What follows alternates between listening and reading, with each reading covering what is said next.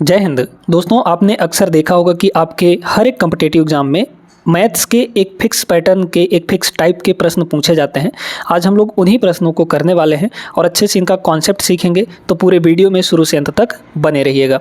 यहाँ पे पहला सवाल है आपके सामने, 9 की पावर 6, 12 की पावर 4 इंटू 7 की पावर 7 के अभाज्य गुणनखंडों की योग ज्ञात करनी है आपको। अभाज्य गुणनखंड का मतलब प्राइम फैक्टर्स, तो इनके जो प्राइम फैक्टर्स होंगे उनका योगफल हमको निकालना है तो ये बहुत आसान सा सवाल, लेकिन जिनको नहीं पता है कि भाई प्राइम फैक्टर्स क्या होते हैं तो वो कंफ्यूज हो सकते हैं। अब यहाँ पर 9 की पावर 6 है। अब इस 9 को तोड़ा जा सकता है ना, बिल्कुल टूट सकता है। ये 3 इंटू 3 लिख सकते हैं या फिर 3 का स्क्वायर लिख सकते हैं। प्राइम नंबर्स वो होते हैं जो और नहीं टूट सकते, है ना। जैसे 3 हो गया वो और नहीं टूटेगा, है ना, या फिर 5 हो गया वो और नहीं टूटेगा, 7 हो गया वो और नहीं टूटेगा। तो हमको ये जो नंबर्स दिए गए हैं बेस में, इनको और तोड़ तोड़ के छोटा करना है। तो ये बताइए कि यहाँ पे 9 है, तो 9 का क्या होता है प्राइम फैक्टर, 3 का स्क्वायर, यही ना होता है। तो 9 को हम लोग क्या लिख सकते हैं, 3 का स्क्वायर लिख सकते हैं, और इसके बाहर अभी पावर कितना है, 6 के बराबर है। फिर मल्टीप्लाई, यहाँ देखिए 12 को क्या लिख सकते हैं, तो 12 को हम लोग लिख सकते हैं ऐसे, तो 3 इंटू 4 लिख सकते हैं, और 4 होता है 2 का स्क्वायर, है ना, इस तरीके से भी लिखा जा सकता है। तो ये टोटल आपका 12 हुआ। 12 का पावर यहाँ पर कितना है, यहाँ पर 4 है। फिर मल्टीप्लाई, 7 को तो नहीं तोड़ सकते, इसलिए 7 पावर 7 ही रहेगा। अब आगे सुनिए, यहाँ पे ये कितना हो जाएगा। अच्छा, पहले इसको देखते हैं। तो ये हो गया अपना टोटल, ये जो 4 है बाहर, पूरे के ब्रैकेट के बाहर पावर 4 है, ये दोनों का पावर 4 है ना, तो 3 का भी पावर 4 होगा यहाँ पे। अब मल्टीप्लाई, यहाँ पे 2 का पावर कितना हो जाएगा, 4 इसके पास आएगा तो 4 दूना 8 हो जाएगा, तो 2 का पावर 8 होगा। मल्टीप्लाई यहाँ पे 7 का पावर 7 है, और यहाँ पे कितना हो गया, 3 का पावर 6 दूना 12 हो गया, है ना। अब आपके पास देखिए ये 3 है, ये भी 3 है, तो बेस आपके 3 हो गए, है ना। तो यहाँ पर बेस इक्वल है तो पावर आपस में ऐड हो जाते हैं। आप सभी जानते हैं कि मल्टीप्लाई में पावर ऐड हो जाता है जब बेस सेम होता है और मल्टीप्लाई हो रहा हो। तो देखिए ये कितना हो जाएगा, 3 का पावर 12 और 4 16 हो गया, है ना। और यहाँ पे 2 का पावर कितना है, 8 के बराबर है, और यहाँ पर 7 पावर 7 है। अब ये सभी प्राइम फैक्टर्स में टूट चुके हैं, क्योंकि 3 भी आपका प्राइम है, 2 भी प्राइम है, और 7 भी यहाँ पर प्राइम है, ठीक ना। अब यहाँ पे इन्हीं का योग ही तो पूछा था, प्राइम फैक्टर्स का ही योग पूछा था। तो पहला प्राइम फैक्टर 3, फिर उसके बाद दूसरा 2, है ना, इनको जोड़ना है सबको। दूसरा क्या है, 2 है, फिर यहाँ पर 7 है, तो 7 और 5 टोटल कितना हो गया, 12 के बराबर हो गया। 12 इसका राइट आंसर होगा, option number B is the right answer. अब इतना लंबा चौड़ा आपको नहीं करना है। अब सुनिए क्या तरीका अपनाना है। यहाँ पर अगर हम थोड़ा सा दिमाग लगाएं तो सोच सकते हैं कि भाई ये आपका 9 है, तो 9 का मतलब 3 का स्क्वायर, तो इसका बेस हमारा क्या मिल गया, 3 मिल गया, है ना। अपने को बेस पकड़ना है, ठीक है, वो भी प्राइम नंबर में, ठीक। यहाँ देखिए ये 12 है, तो 12 मतलब क्या, 4 तियाँ 12, तो 4 तियाँ मतलब 4 गुणे 3, तो 4 गुणे 3, तो 3 बेस तो हम ले चुके हैं ना, उसको दोबारा नहीं लेना, ठीक है। अब 4 के बारे में सोचिए, तो 4 क्या होता है, 4 तो अभी प्राइम फैक्टर नहीं है, तो उसको प्राइम में बदलिए, यानी कि 2 का स्क्वायर हो जाएगा। तो वहाँ से हमारा बेस कितना मिला, 2 मिल गया, ठीक है, तो ये हो गया 2। अब यहाँ पे बेस कितना है, 7 है, और ये प्राइम भी है, तो बस इसको ले लीजिए। तो इतना लंबा चौड़ा झंझट नहीं करना है, बस इसमें बेस आपको पकड़ना है कि बेस क्या क्या होंगे, आधार, ठीक है, पावर को नहीं देखना। तो ये टोटल आपका आ जाता है 12। समझ में आया सभी को अच्छे से। आगे बढ़ते हैं अगले प्रश्न पे। चलिए यूनिट डिजिट का एक रूल सिखाते हैं कि यूनिट डिजिट क्या होगा। दोस्तों, अगर आपके पास यहाँ पर कोई नंबर इस तरीके से दिया गया है, a पावर n है, अगर इस बेस की वैल्यू 0 है ना, बेस का यूनिट डिजिट, बेस का इकाई अंक 0, 1, 5 या फिर 6, इनमें से कोई भी नंबर हो, बेस का यूनिट डिजिट 0, 1, 5 या 6, इनमें से कुछ भी हो, तो इनका पावर चाहे हम कुछ भी रख लें, n की वैल्यू कुछ भी हो, उससे कोई फ़र्क नहीं पड़ेगा, इनका यूनिट डिजिट सेम आएगा। हाँ, यहाँ पे ये 0 नहीं होना चाहिए, ठीक है। तो अब देख लीजिए, यहाँ पे पावर n कुछ हो, 1 का पावर अगर कुछ भी है तो इकाई अंक 1 ही बनेगा। जैसे मान लीजिए कि यहाँ पे 331 है ना, तो इकाई अंक किसका, इसका कितना है, 1 है। अब इसके पावर में हम चाहे 5063 रख दें, है ना, 5063 रख दें, फिर भी उससे कोई फ़र्क नहीं पड़ेगा, इसका इकाई अंक वही रहेगा। यूनिट डिजिट इसका क्या रहेगा, इकाई अंक 1 के बराबर ही रहेगा, नहीं बदलेगा। ऐसे ही 5 अगर इकाई अंक में है तो उसका भी पावर कुछ भी हो, नहीं बदलेगा। ऐसे 6 अगर हो इकाई अंक में और उसका पावर कुछ भी हो तो वो फिर इकाई अंक वही बना रहता है, नहीं चेंज होता। तो यहाँ पर आपके सामने जो प्रश्न दिया है इसमें कह रहा है कि भाई प्राकृत संख्या n के लिए, n यहाँ पर प्राकृत संख्या है, 6 की पावर n है ना, और माइनस यहाँ पर 5 की पावर n है। ये बताइए यहाँ 6 है, 0 1 5 6 की कैटेगरी में आ रहा है ना, तो यहाँ 6 है, 6 का पावर कुछ हो उससे कोई फर्क नहीं पड़ेगा। इकाई अंक हमारा क्या मिलेगा, 1 के बराबर ही मिलेगा, जो ये है वही मिलेगा, यानी कि 6 मिल जाएगा। तो इसका इकाई अंक 6 मिल गया। यहाँ पर देखिए 5 का पावर n, अब n प्राकृत संख्या है, प्राकृत संख्या में 1 2 3 4 आते हैं, कुछ भी रख लीजिए नहीं चेंज होगा। तो ये आपका 5 हो गया इसका इकाई अंक। अब इकाई अंक घटाइए तो क्या मिलेगा हमको, यहाँ पर 1 मिल जाएगा। यानी कि इकाई के अंक में, अंतिम अंक का मतलब क्या होता है, इकाई अंक ना, तो इकाई के अंक में यहाँ पर 1 मिलने वाला है हमेशा। ऑप्शन नंबर बी करेक्ट होगा। n की संख्या कुछ भी हो, कोई भी प्राकृत संख्या रख दीजिए, इकाई अंक उसका नहीं चेंज होने वाला। आगे चलिए दोस्तों, ये फेमस टाइप है। अब इसमें हम 4 चीज़ें आपको निकालना सिखाएंगे। कोई संख्या दे देता है आपको, उसमें आपको कुल गुणनखंडों की संख्या, टोटल जितने भी गुणनखंड है उनकी संख्या, या फिर प्राइम फैक्टर्स की संख्या आपको पूछी जाती है, या फिर विषम गुणनखंडों की संख्या पूछी जाती है, विषम फैक्टर्स की, या फिर सम फैक्टर्स यानी समभाजकों की संख्या पूछ ली जाती है। ये 4 तरह से इसमें सवाल बनते हैं। तो यहाँ पर हमारे पास जो संख्या है, ये संख्या हमारे पास 120 है। अब सबसे पहले इस 20 को हम लोग प्राइम फैक्टर में तोड़ लेंगे, यानी कि यहाँ पर अभाज्य गुणनखंडों में तोड़ लेंगे। ठीक है, तो कैसे तोड़ेंगे, अब तरीका बताते हैं। एक तो तरीका ये है भाई कि इस तरीके से आप लोग करना जानते हैं ना, बहुत पहले सीखे होंगे इसको, है ना। 120 यहाँ पर लिख के फिर इसको तोड़ते जाएंगे, जो आएगा वो लिख देंगे। लेकिन ऐसे करेंगे तो समय लगेगा ना, इसलिए यहीं पर तोड़िए ताड़िए। देखिए ये लास्ट में 0 है, 0 का मतलब, एक 0 का मतलब 10 का मल्टीप्लाई हुआ है, तो 10 का मतलब कि यहाँ पर 2 गुणे 5 होगा। ठीक है, तो इस 10 को तो हमने किनारे कर दिया, बचा क्या यहाँ पर आपका 12 बचा। अब 12 को हम लोग क्या लिख सकते हैं, 12 को लिख सकते हैं 3 गुणे 4 लिख सकते हैं, है ना, 4 3 12 होता है, मतलब 4 गुणे 3 लिख सकते हैं। ये 10 है आपका, और यहाँ पे हम 4 गुणे 3 लिखने जा रहे हैं, 4 गुणे 3 यानी कि 12। अब इस 4 को भी तो कुछ ना कुछ लिख सकते हैं ना, क्या लिख सकते हैं, अभी भी ये प्राइम में नहीं टूटा है, तो इसको लिख दीजिए 2 का स्क्वायर। ठीक है, अब सारे के सारे प्राइम नंबर में हो गए हैं। 2 भी आपका प्राइम है, 3 भी प्राइम है, यहाँ पर ये 2 भी प्राइम है, यहाँ पर ये 5 भी प्राइम है। तो अब देख लीजिए कितना हो जाएगा, ये 2 का पावर हो गया 3 यहाँ पर, क्यों, क्योंकि यहाँ 2 है, यहाँ 2 है, तो इसका पावर 1 है, यहाँ 2 पावर, यहाँ 1 पावर, तो 2 1 3 हो गया। मल्टीप्लाई यहाँ पे 3 एक बार है, और मल्टीप्लाई यहाँ पे 5 भी एक बार है। तो ये हो गया आपका प्राइम फैक्टर्स में टूट चुका है। अब इसमें पहला देखते हैं कि प्राइम फैक्टर्स कितने होंगे, यानी कि प्राइम, है ना, प्राइम फैक्टर्स यानी कि अभाज्य गुणनखंडों की संख्या। चारों चीज़ हम आपको निकालना सिखाएंगे। प्राइम फैक्टर्स कितने होंगे, नंबर ऑफ प्राइम फैक्टर्स, है ना, अभाज्य गुणनखंडों की संख्या कैसे निकालेंगे। देखिए यहाँ पर जो आपके पावर हैं इन सभी को जोड़ लीजिए, बस इतना सा काम आपको करना है। यहाँ कितना है, 3 है, मल्टीप्लाई यहाँ कितना है, 1 है, सॉरी मल्टीप्लाई नहीं करना है, जोड़ना है। यहाँ पे कितना है, 1 है, फिर प्लस यहाँ पे 1 है, तो यहाँ पे टोटल कितना हो गया, 3 और 2 5। तो 5 प्राइम फैक्टर्स यहाँ पर होने वाले हैं। उम्मीद करते हैं समझ आ गया होगा। अब देखिए कि यहाँ पे टोटल फैक्टर्स कितने होंगे, है ना, टोटल फैक्टर्स, है ना। टोटल फैक्टर्स कैसे निकालेंगे, सुनते जाइएगा। तो इसमें कुल गुणनखंडों की संख्या हम लोग निकालते हैं कैसे, ये जो पावर हैं, जो भी ये आया है प्राइम फैक्टर करने के बाद, इनके पावर में 1 1 बढ़ा के मल्टीप्लाई कर दीजिए, बस इतना काम करना है। 3 से 1 ज़्यादा करेंगे तो 4 हो जाएगा, फिर 1 से 1 ज़्यादा करेंगे तो 2 हो जाएगा, फिर यहाँ पर 5 का पावर 1 है ना, पावर को देखना है और कुछ नहीं, तो 1 से 1 ज़्यादा करेंगे 2 हो जाएगा। यानी कि टोटल फैक्टर्स हो कितने गए आपके, देख लीजिए, 4 दूना 8 दूना यहाँ पर 16, तो यहाँ पर 16 टोटल फैक्टर्स होंगे। अब इसमें से कुछ इवन होते हैं, इसी 16 में से कुछ इवन होते हैं, कुछ ऑड होते हैं। तो पहले देखते हैं कि इवन कितने होंगे, है ना। तो इसी में इवन फैक्टर्स हम लोग निकालेंगे अगर, तो इवन फैक्टर्स निकालने का तरीका क्या है, सुनते जाइएगा।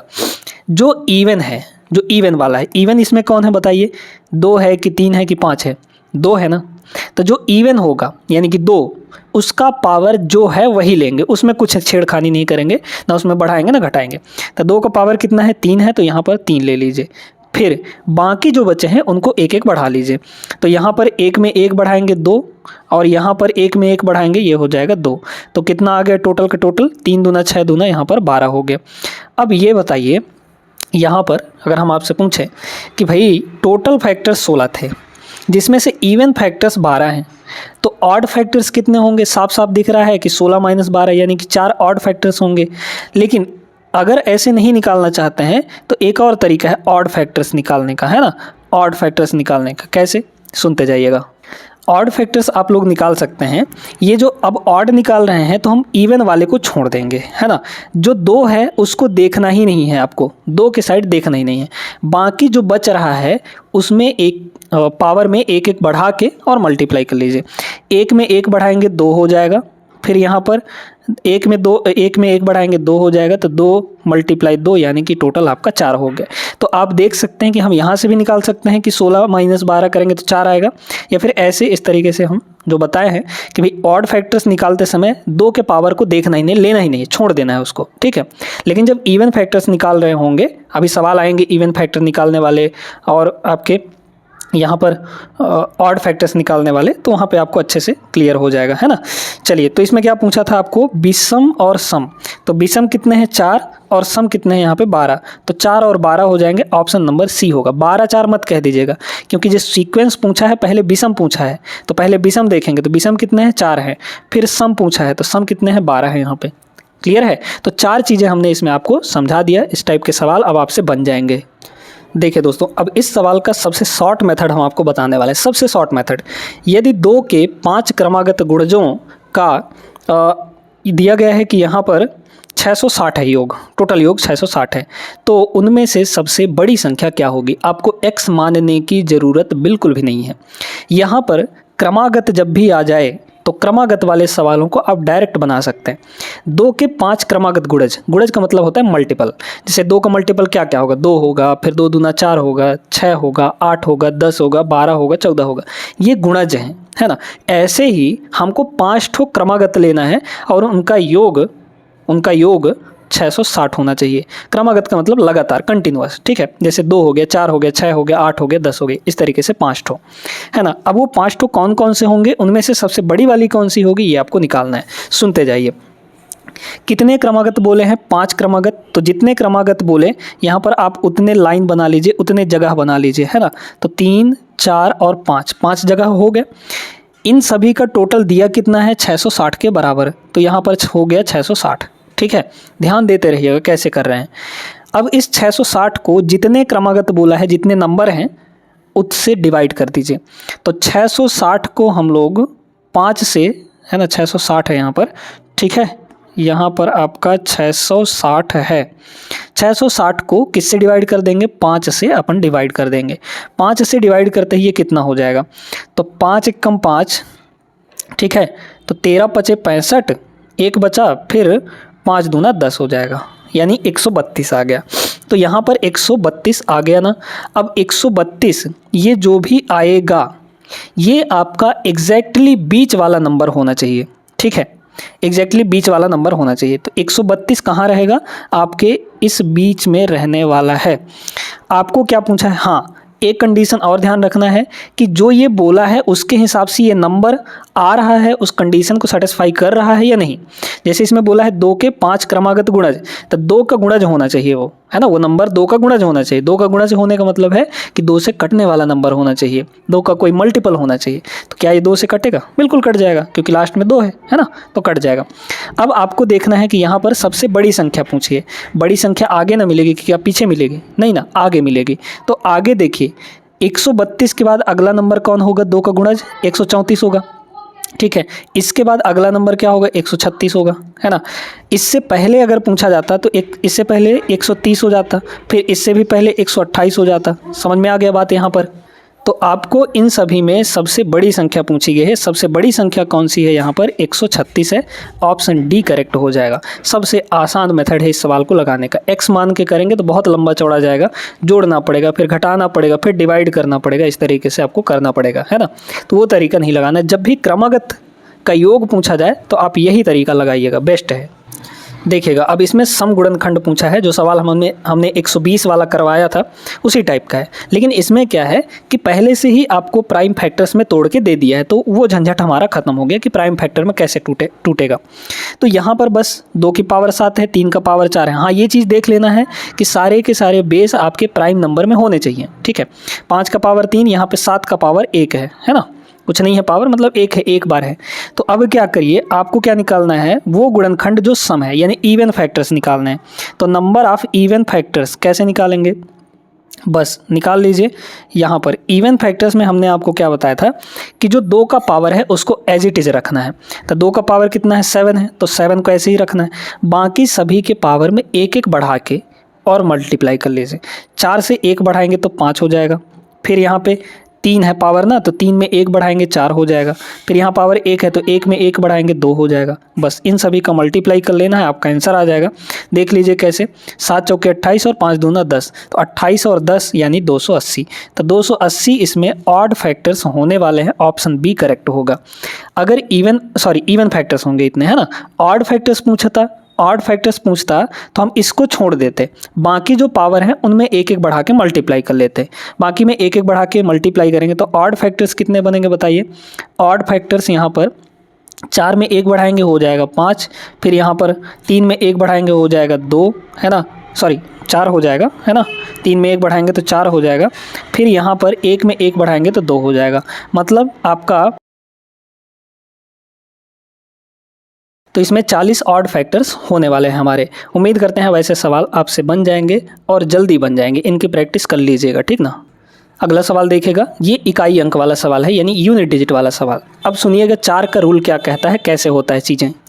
आपको अगर कुछ भी नहीं पता है ना, तो आप एक पैटर्न एनालाइज करिए। पैटर्न कैसे, जैसे यहाँ पर 4 का पावर n है, यहाँ 4 का पावर n+1 है। n एक पूर्ण संख्या होनी चाहिए। पूर्ण संख्या का मतलब 0 1 2 है ना, 1 2 3 4 5 कुछ भी हो सकता है। तो यहाँ पर अगर मान लीजिए कि n की वैल्यू, हम थोड़ी देर के लिए n की वैल्यू अगर 3 ले लेते हैं, तो यहाँ 4 का पावर 3 हो गया, है ना। 4 का पावर कितना हो गया, 3 हो गया। और यहाँ 4 का पावर कितना हो जाएगा, 4 हो जाएगा, क्योंकि यहाँ पर देखिए 3 रखेंगे, 3 + 1 यानी कि 4 का पावर 4 होगा। हम यूनिट डिजिट में डील कर रहे हैं, इसलिए यूनिट डिजिट के ही बारे में सोचेंगे। यहाँ इकाई अंक 4 है ना, बस 4 को लेकर चलिए और कुछ नहीं, बाकी के नंबर को हटाइए, मारिए गोली, ठीक है। तो यहाँ पर 4 होगा, ठीक ना, यहाँ पर 4 की पावर 4 होगा। अब ऐसे मत करिए आप, ऐसे बिल्कुल आपको नहीं करना है, सुनते जाइए। देखिए, अगर हम 4 की पावर 1 लेते हैं तो कितना मिलेगा हमको, इकाई अंक 4 मिलेगा। अगर 4 का पावर 2 लेते हैं तो 4 का स्क्वायर कितना होता है, 16। 16 का मतलब इकाई अंक 6 मिलेगा, ठीक है। अगर हम 4 का पावर 3 ले लें तो 4 का पावर 3 यानी कि 64, तो इकाई अंक 4 मिलेगा, है ना, ठीक है। इकाई अंक यहाँ पर 4 मिल जाएगा। फिर अगर हम 4 का पावर यहाँ पर 4 ले लेते हैं तो कितना मिल जाएगा, 64। 64 चौके 64, 6 चौके 24, है ना, कितना हो जाएगा, 256 हो जाएगा, ठीक है। 256 हो जाएगा। 256 का मतलब इकाई अंक 6 मिल जाएगा। अब ये बताइए कि यहाँ पावर ऑड था तो इकाई अंक 4 मिला, यहाँ पावर इवन था तो इकाई अंक 6 मिला, यहाँ फिर से ऑड है तो इकाई अंक 4 मिल गया, यहाँ फिर से इवन है पावर तो 6 मिल गया। मतलब हम ऐसा कह सकते हैं कि 4 का पावर अगर ऑड नंबर होगा तो इकाई अंक कितना मिलेगा, यूनिट डिजिट हमारा जो होगा वो कितना होगा, 4 होगा। लेकिन अगर यहीं पे 4 का पावर कोई इवन नंबर होगा, इवन मतलब सम संख्या, तो उसका यूनिट डिजिट कितना मिलने वाला है, 6 के बराबर मिलने वाला है। बस यही तो सोचना था आपको। तो अब ये बताइए कि हम n की वैल्यू अगर कुछ भी रखते हैं, जैसे मान लीजिए यहाँ 2 रखेंगे तो यहाँ 3 मिल जाएगा, है ना। तो एक इवन एक ऑड हमेशा बना रहेगा, ये चीज़ें, है ना। तो एक इवन होगा एक ऑड होगा, पावर की बात कर रहे हैं। तो ये बताइए कि अगर हमारा n यहाँ पे 3 है तो 4 का पावर 3, 4 का पावर 3 का मतलब क्या, ऑड नंबर, और ऑड नंबर पे हमारा इकाई अंक क्या देता है, 4 ही देता है। तो ये हो गया 4, फिर यहाँ पे है प्लस। अब हमने इकाई अंक 3 रखा है तो यहाँ पर देखिए, n की वैल्यू 3 रखा है तो 4 का पावर ये कितना हो जाएगा, 4 हो जाएगा। तो 4 का पावर 4 यानी इवन, तो इवन पे तो यूनिट डिजिट 6 आता है, देख लीजिए ये हो जाएगा 6। तो 6 और 4 10 हो जाएगा। 10 का मतलब इकाई अंक कितना होना चाहिए, 0। तो 0 जो है वो हमेशा आने वाला है, चाहे हम n की वैल्यू कुछ भी ले लें, है ना, जो कि पूर्ण संख्या होनी चाहिए, है ना। ये भी रिस्ट्रिक्शन है आपके पास। तो इकाई अंक 0 होगा, ऑप्शन डी करेक्ट होगा। आगे बढ़ते हैं, ये सारे कॉन्सेप्ट आपको समझ में आ गए होंगे। देखिएगा, अब इस सवाल में दोस्तों अगर आपको पेन उठाने की ज़रूरत पड़ी ना तो आपके पढ़ाई का कोई फ़ायदा फिर नहीं है। ये ऐसा सवाल है, बस थोड़ा सा आप सोचेंगे तो आपके दिमाग में आंसर आ जाएगा कि भैया सीधे सीधे जीरो होगा, है ना। ये बताइए कि अगर हम किसी जीरो वाले नंबर से किसी भी संख्या को मल्टीप्लाई कर दें, किसी भी संख्या को मल्टीप्लाई कर दें, तो क्या उसका इकाई अंक जीरो नहीं बनेगा। जैसे मान लीजिए यहाँ पे 5664 है, तो इसको किसी जीरो वाले नंबर से जैसे 20 से अगर हम मल्टीप्लाई कर दें तो ये तो इकाई अंक में जीरो बना है, तो अब इसके पास जो भी हम मल्टीप्लाई करेंगे उसके इकाई के अंक में तो हमेशा जीरो ही बनेगा, हमेशा जीरो बनेगा। तो बस आप ये देखिए कि क्या कहीं यहाँ पे हम दो नंबर को मल्टीप्लाई कर दें तो एक बार जीरो बन जाएगा क्या। जीरो बनता कैसे है, जीरो बनता है 2 और 5 के मिलन से, 2 और 5 के मिलन से। 2 होगा 5 होगा तो एक तो जीरो बना लेंगे, मतलब 5 का मिलन किसी भी इवन नंबर से हो जाएगा, क्योंकि इवन नंबर में 2 छुपा हुआ होता है। तो 5 का मिलन अगर किसी इवन नंबर से हो जाएगा तो जीरो आपका बन जाने वाला है। तो यहाँ 95 से 99 तक आपका मल्टीप्लाई हुआ है, तो 95 से 99 तक में यहाँ पर ये एक इवन नंबर है क्या, इवन नंबर है क्या, 92 इवन नंबर है। इसके बाद यहाँ 93 है, 94 है, फिर यहाँ पर क्या 95 नहीं मिलेगा, तो 95 मिलेगा। 95 का मतलब इकाई अंक 5 और यहाँ पर इकाई अंक 2, तो 5 और 2 मिलाकर 10 बन जाएगा, यानी कि इकाई अंक 0 बन गया। और एक बार इकाई अंक 0 बन जाए तो फिर उस इकाई अंक को हटाना मुश्किल है, मतलब नामुमकिन है।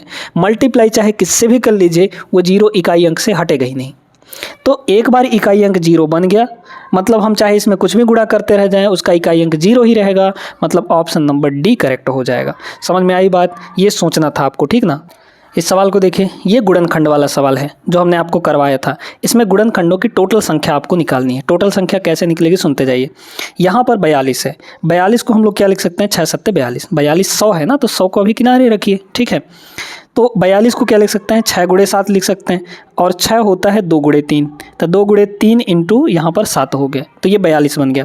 अब सोचते हैं 100 के बारे में। 100 होता है 25 चौके 100, मतलब 25 मतलब 5 का स्क्वायर और 4 मतलब 2 का स्क्वायर, तो ये हो गया। अब इनको सभी को देख लीजिए, 2 का पावर कितना हो जाएगा, 3 हो जाएगा टोटल, है ना। यहाँ 1 है, यहाँ 2 है, और फिर यहाँ पे 3 का पावर 1, फिर यहाँ पर 5 है, मतलब 5 2 बार है, फिर यहाँ पर 7 का पावर 1 हो गया। टूट गया ये, इतनी जल्दी तोड़ना होता है आपको, ठीक ना। चलिए, तो 4200 को हमने फैक्टर कर लिया प्राइम फैक्टर्स के रूप में। कुल गुणनखंडों की संख्या पूछी गई है, क्या बताए थे हम टोटल फैक्टर्स निकालने के लिए, टोटल फैक्टर्स, है ना। कैसे करेंगे, सभी के पावर में एक एक बढ़ा लीजिए। 3 में 1 बढ़ाएंगे हो जाएगा 4, 1 में 1 बढ़ाएंगे हो जाएगा 2, फिर 2 में 1 बढ़ाएंगे हो जाएगा 3, फिर यहाँ पर 1 है तो 1 में 1 बढ़ाएंगे हो जाएगा 2। टोटल मल्टीप्लाई करेंगे तो 4 दूना 8, 8 3 24, 24 दूना 48, तो 48 यहाँ पे आ जाएगा, है ना। 48 टोटल फैक्टर्स होंगे, ऑप्शन नंबर ए करेक्ट होगा। समझ में आ गया। ऐसे सवाल अब छूटने नहीं चाहिए आपके एग्ज़ाम में। इस सवाल को देखिए, ये बहुत बढ़िया सवाल है। इसमें कह रहा है कि यदि एक धनात्मक संख्या n को 5 से विभाजित करने पर शेषफल 3 प्राप्त होता है तो n का इकाई अंक क्या होगा, ठीक है। क्या क्या हो सकता है, अब सुनते जाइएगा। यहाँ पे कोई ऐसी संख्या, अब हम यहाँ पे संख्या ले लेकर देखते हैं, ठीक है। किसमें 5 को विभाजित करने पर 3 प्राप्त होता है, ये देखिएगा, सुनते जाइए। जैसे मान लीजिए कि हम यहाँ पे पहले 0 से शुरू करते हैं, है ना। तो ऐसी संख्या लीजिए जिसकी इकाई अंक में 0 है, तो 10 ले लेते हैं, कोई बात नहीं है। तो क्या 10 को 5 से विभाजित करने पर 3 बचेगा क्या, नहीं बचेगा, क्योंकि 5 दूना 10, रिमाइंडर आपका 0 हो गया। यहाँ पे रिमाइंडर क्या हो गया, 0 हो गया। फिर हम इकाई अंक 1 वाला कोई संख्या ले लेते हैं, जैसे 11 ले लीजिए, तो 11 को ले लेंगे, तो 11 को 5 से डिवाइड करेंगे तो 5 दूना 10, रिमाइंडर कितना बचेगा, 1 बचेगा। ऐसे ही 12 को जब हम लेंगे तो 12 को 5 से डिवाइड करेंगे, रिमाइंडर 2 बचेगा। अगर हम 13 को ले लें दोस्तों, 13 को, तो 13 को 5 से डिवाइड करेंगे तो 5 दूना 10, रिमाइंडर कितना बच जाएगा, 3 बच जाएगा। तो एक संख्या हमारा ये हुआ, है ना। इकाई अंक कितना होना चाहिए, 3 होना चाहिए, तब आपका रिमाइंडर 3 बचेगा, ठीक है। तो अब यहाँ पर आपको और कुछ नहीं सोचना, आप बस ऑप्शन में देखिए कि 3 कहीं पर दिया है क्या, सिर्फ एक तो 3 दिया है क्या, दिया है, बिल्कुल दिया है, ऑप्शन नंबर सी में यही हो जाएगा। हाँ, अथवा 18 मतलब 8 होना चाहिए, तो 8 का कोई इकाई अंक 8 वाला कोई संख्या ले लीजिए, जैसे यहाँ पे 18 ले लेते हैं। तो 18 को अगर 5 से डिवाइड करेंगे तो कितना होगा, 5 3 15, रिमाइंडर कितना बचा, यहाँ पे 3 बचा ना, 3 कि नहीं बचा, बच गया ना। वही तो बोला था कि ऐसी संख्या लेनी है जिसको 5 से विभाजित करें तो शेषफल 3 बचना चाहिए। अब इस n का इकाई अंक क्या क्या हो सकता है, तो या तो 3 हो सकता है या 8 हो सकता है। इनके अलावा कोई अगर और होगा तो शेषफल 3 उसमें नहीं बचेगा। ठीक है, 3 के अलावा कुछ और होंगे, तो यहाँ पर इकाई अंक 3 और 8 यहाँ पर होना चाहिए। ऑप्शन सी करेक्ट होगा। देखिएगा इसको, यूनिट डिजिट का सवाल है। इकाई अंक में सिर्फ इकाई अंक को देखते हैं और किसी को नहीं देखते हैं, तो बस इकाई अंक को आप देखिए। इकाई अंक यहाँ 4 है, यहाँ 8 है, तो 8 चौके हो गया 32, यानी कि 2 इकाई अंक आ गया। फिर मल्टीप्लाई, यहाँ 4 है, यहाँ 6 है, तो 4 और 6, 6 चौके 24, 24 का मतलब इकाई अंक में 4 हो गया, तो यहाँ पे हो गया 4। 4 और 2 का मल्टीप्लाई करेंगे, सिंपल सा सवाल था, 8 आ जाएगा, इकाई अंक 8, ऑप्शन बी होगा, है ना। आगे बढ़िए। ये प्रश्न भी यूनिट डिजिट से ही रिलेटेड है, आपको इसमें इकाई अंक बताना है। तो 0, 1, 5, 6 वाला रूल जानते हैं ना, ठीक है। या तो इकाई अंक में 0 हो, या फिर 1 हो, या फिर 5 हो, या फिर 6 हो। अगर इन चारों में से कोई इकाई अंक आता है तो उसके पावर में कुछ हो, उसका इकाई अंक नहीं बदलता है। यहाँ पर इकाई अंक 1 है, तो 1 का पावर कुछ भी होगा, इसका इकाई अंक नहीं बदलेगा, मतलब 1 ही रहेगा, ठीक है। फिर यहाँ पे मल्टीप्लाई, इसका यूनिट डिजिट क्या हो जाएगा, 1 है, तो पावर कुछ भी नहीं बदलेगा, 1 ही रहेगा, तो 1 और 1 का मल्टीप्लाई करेंगे, 1 आएगा, ऑप्शन सी करेक्ट हो जाएगा। बहुत सिंपल सा सवाल था। वैसे रेलवे में इकाई अंक वाले बहुत सिंपल ही पूछे जाते हैं, बड़ा नहीं पूछा जाता, ठीक है। तो इकाई अंक पे हमने एक अलग बना रखा है वीडियो, उसको ज़रूर देख लीजिएगा। अगर आप रेलवे बैच को फॉलो कर रहे हैं तो उस रेलवे बैच में आपको टोटल सारी चीज़ें पढ़ाई गई हैं, है ना। यूनिट डिजिट से रिलेटेड सब कुछ पढ़ाया गया है। लिंक आपको डिस्क्रिप्शन में मिल जाएगा, उस रेलवे बैच के सारे क्लासेस कर लीजिएगा, ठीक है। उम्मीद करते हैं कि ये सेशन आपको अच्छा लगा होगा। वीडियो को लाइक कर दीजिए और चैनल को सब्सक्राइब कर लीजिएगा, अपने दोस्तों तक वीडियो पहुँचा दीजिए। तब तक मिलते हैं अगले क्लास में। जय हिंद।